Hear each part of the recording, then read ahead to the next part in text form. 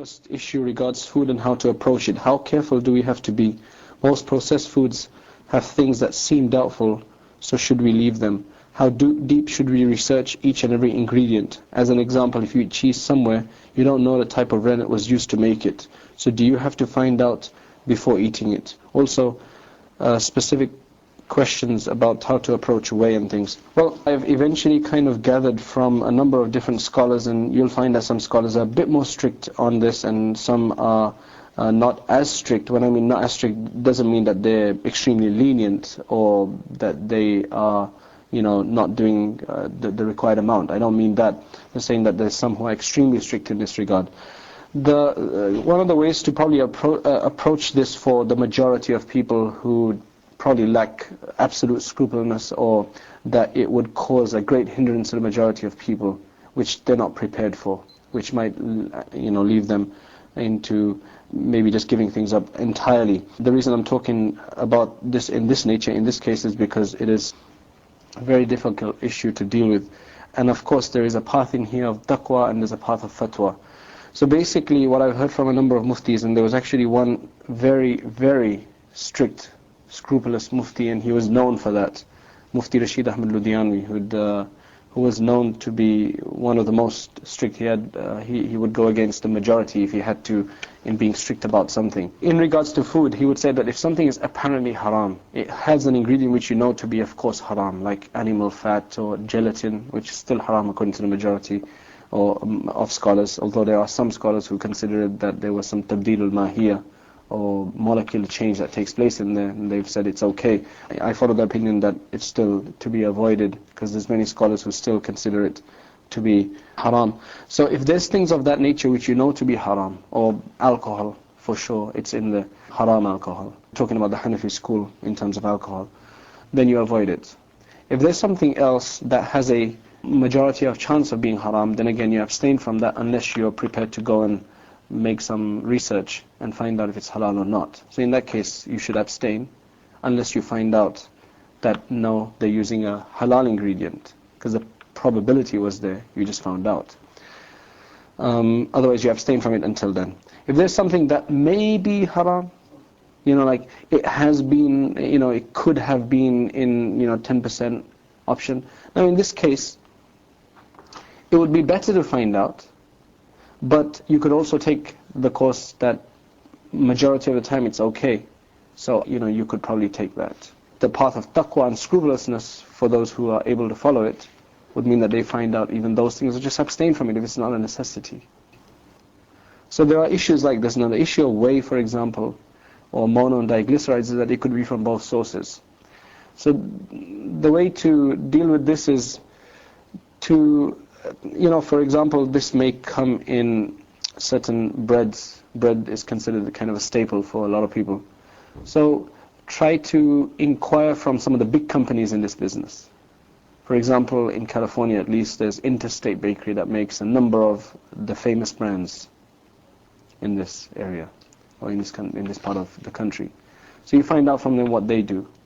Stores that you might shop at constantly or regularly, like Costco, for example. You find out that their dairy products or their bread products, what do they contain? So once you've done that kind of a research and study, then for yourself that's sufficient. You can go with that. Now of course, there are people who would go further deep and say, which plant was it made in? Is there anything else manufactured on that same plant? Is there a possibility of contamination? Like sometimes you might have different flavors of some chips or something. Some may be halal, some may be haram. They may be being processed in the same plant. Now the point here is that taqwa, for those who want to be that scrupulous, and again there will be different levels of taqwa as well, so we can't say that is the path of taqwa and that's it, because there'll be different levels, how deep you want to go. And someone may want to actually go and inquire and see what possibility of contamination or cross-contamination there is. But I don't think that there's a necessity in this case for a number of reasons. The laws in this country, are not necessarily 100% followed all the time. I'm sure people cut corners and try to get away from these kind of laws. But when you're talking about such a big business of this nature, a big company, they're going to try to be as particular as they can, of either giving it a wash through or throwing away those that may be, because for them waste is not a big deal. You know how it goes in this country. If there's something that is slightly defective, they'll throw it away rather than risk it, right? So if something that's not going to taste the same, they'll probably throw it away. And you hardly ever open a pack of chips or something else and it tastes different on that day. It normally does not happen. So we're talking about the norm. So based on that, I don't think we need to go that deep and say possibility of cross-contamination, right? So I hope this gives some kind of guidance in what it is. Each person has to either do his own research to feel comfortable, right? And if you're alone, you can be as scrupulous as you want. But don't push it on others, because again, there's a bit of room in this case. Yes, if something is apparently haram, then of course that's haram. You know, nobody can make that halal.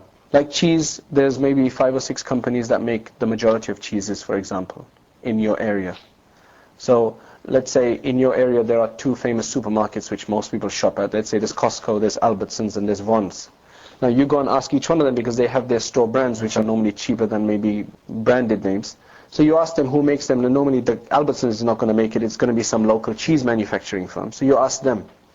So for instance, somebody's family works in one of the biggest cheese manufacturing plants in the world, I think it is, it's in Riverside. And they said it's all vegetarian rennet or microbial rennet that they use in there. So you have to decide like that. Now, if you don't have the time to do that, but you have a friend or a scholar or someone that does these kind of things, then you can go with them as long as you trust them. So this wouldn't be an issue of taqleed in this case, right?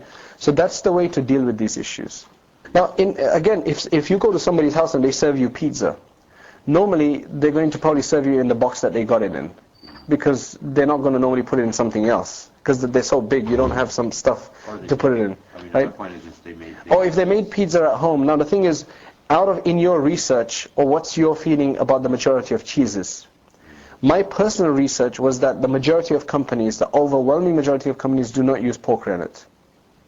In England they don't, so that's why 2 of the big muftis in England actually gave a fatwa that all cheese in England is according to fatwa halal, according to Imam Abu Hanifa's opinion. Now again, this is a Hanafi issue. The Shafis, it's more difficult.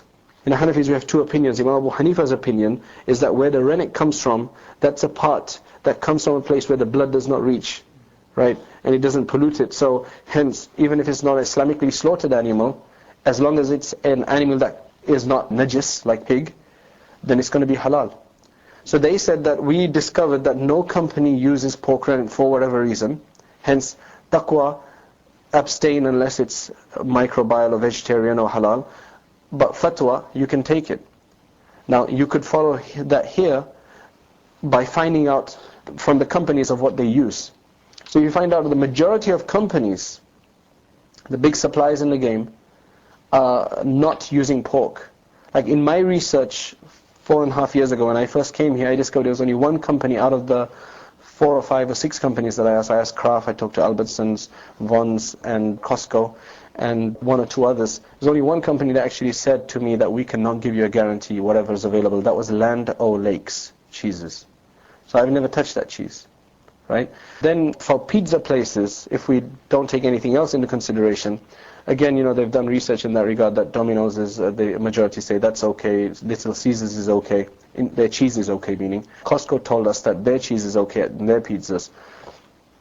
So you have to go with that majority. Now, if the majority of cheeses are okay, then I would probably say that fatwa would be that go ahead and eat that cheese in that person's house. You know, Taqwa would be that, okay, maybe he's got that 1 haram cheese. You know. Or you could just casually ask him, you know, do you use Land O'Lake cheeses? For example, if you want to. You know, what cheese do you use? Majority of the time, he probably said it's going to be one of the halal ones, so go ahead and eat it. You won't even feel bad. And if it's not, then you abstain. Would you ask to see his freezer?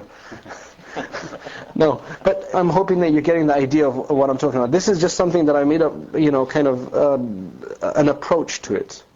Otherwise, you ask somebody that knows, and that somebody that has a balanced kind of a judgment in this regard. Otherwise, subhanAllah, with the, you know, with what we have around us, it's like majority of things may somewhere end up being something that you have to abstain from for whatever reason, right? So this is just one way to get around it. And then, you know, you can become more particular in terms of eating more purified foods and things of that nature. A lot of these issues come up with junk, right, which you can start to abstain from slowly, getting more purified foods, etc., until you can, you know, progress in this regard.